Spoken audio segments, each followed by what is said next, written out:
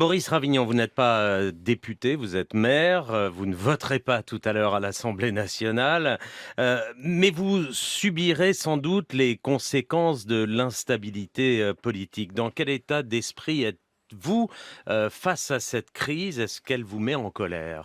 Elle me met en colère, et comme je crois le sont, effectivement nos concitoyens, les Français et singulièrement ceux de Charleville-Mézières, parce que, cette crise, dont personne ne comprend, qu'elle a été provoquée par le Premier ministre dans ces conditions, vient s'ajouter déjà à un sentiment, à une exaspération qui est ancienne, qui est forte, effectivement renvoie, pour le coup des crises que nous traînons depuis longtemps sur le travail, qui ne paie pas, qui ne Mmh. paie plus.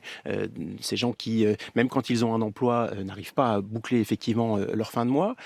D'une désillusion et d'une désespérance presque totale vis-à-vis de l'État sur ses missions régaliennes. Je crois qu'il ne faut pas, sous-estimer, il y a une dimension sociale, mais il ne faut pas tout réduire à la seule dimension sociale. Il y a aujourd'hui chez nos concitoyens aussi le sentiment que l'État ne fait plus, ce Mmh. qu'il doit faire, notamment sur la sécurité.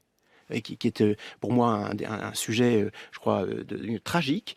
On y met énormément d'argent et il y a, je crois, des policiers, des gendarmes, des forces de l'ordre, y compris des magistrats qui essaient, de gérer cette situation, le mieux possible ou le moins mal possible, et pour autant les résultats sont assez largement catastrophiques. Donc on C'est-à-dire a que, pardon Boris Ravignon, mais vous voyez au fond un décalage entre les sujets politiques, le pari, la bien façon sûr, dont François Bayrou a bien sûr. joué au dé, le sort du pays et les sujets de préoccupation des Français Mais au, bien au sûr, quotidien. mais bien sûr, et ils ont le sentiment effectivement que cette crise, se rajoute, et de manière parfaitement, Mm. évitable. On est vraiment sur cette décision, un peu comme on l'a été, je crois d'ailleurs sur la décision de dissolution, Ouais. sur, des décisions où, on ne sait pas qu'on soit d'accord ou pas d'accord, c'est qu'on ne comprend Mm, pas, mm. quel était l'objectif, de François Bayrou dans cette affaire.